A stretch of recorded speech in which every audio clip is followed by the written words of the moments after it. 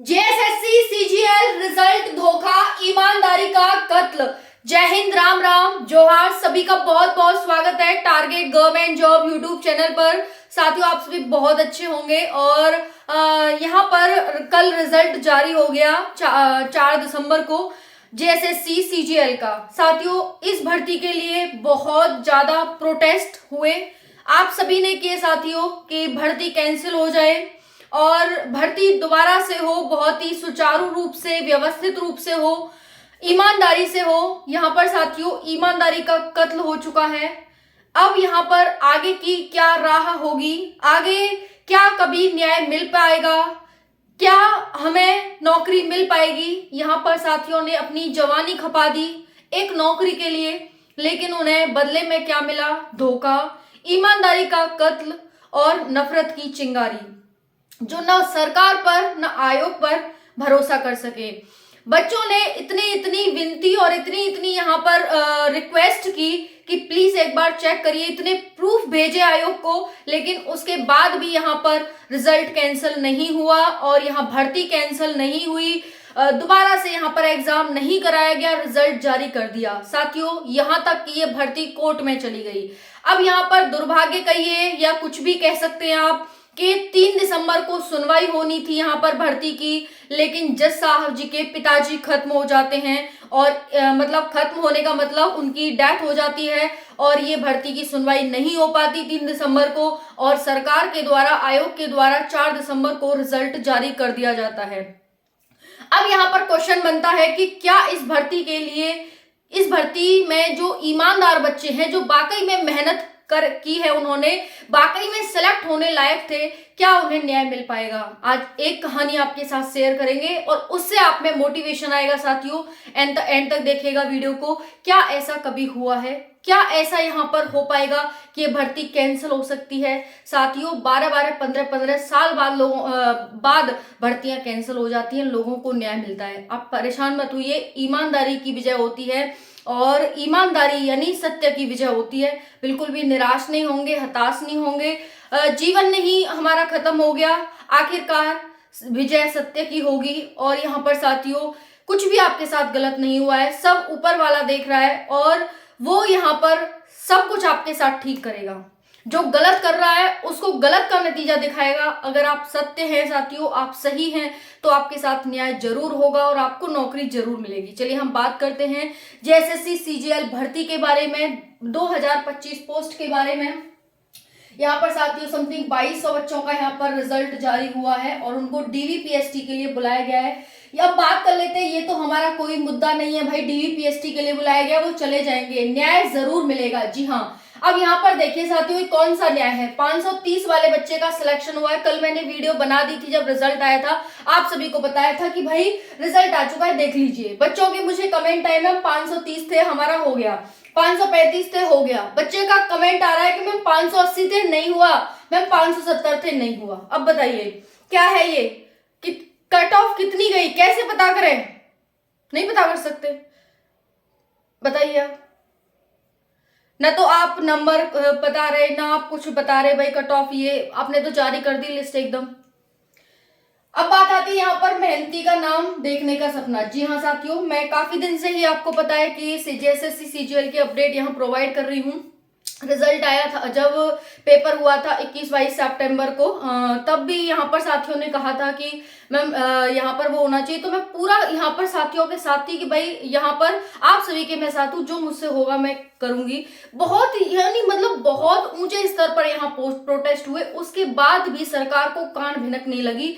हमने यहाँ कैंपेन चलाया, सब कुछ किया, लेकिन उसके बाद भी कोई भी भिनक नहीं लगी, है ना।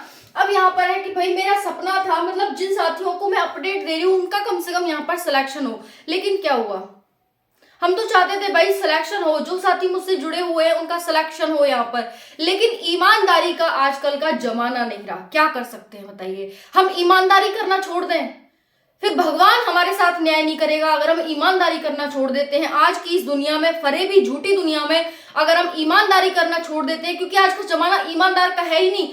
अगर आप ईमानदार हो तो आपका जीना ही नहीं है, तो क्या करें? ईमानदार बनना छोड़ दें? ईमानदार ना बने, वही फरेबी धोखेबाज वही बने? क्या चाहती है सरकार? सरकार अपने देश को ईमानदार देखना चाहती है, अपने देशवासियों को ईमानदार देखना चाहती है, या फिर धोखेबाज? बताइए। फिर तो वो आतंकवादी, फिर वही वही बनेंगे लोग, और क्या करेंगे? आतंकवादी बनेंगे फिर तो, और क्या है। तो यहाँ पर क्या है भाई, सपना था, कोई नहीं, आगे देखना क्या है, यहाँ पर सारी जानकारी लेना। धरना प्रदर्शन किया, साफ सुथरा रिजल्ट आएगा, इसीलिए तो किया था।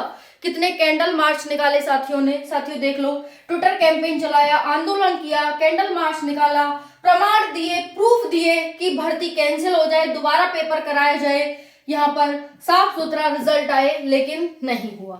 और कह सकते हैं कि भाई जज साहब ठीक है भाई, वो तो बड़े बुजुर्ग थे, उनको जाना ही था, लेकिन यहाँ पर क्या, यहाँ पर अब बात आती है कि दोबारा ये सुनवाई होगी।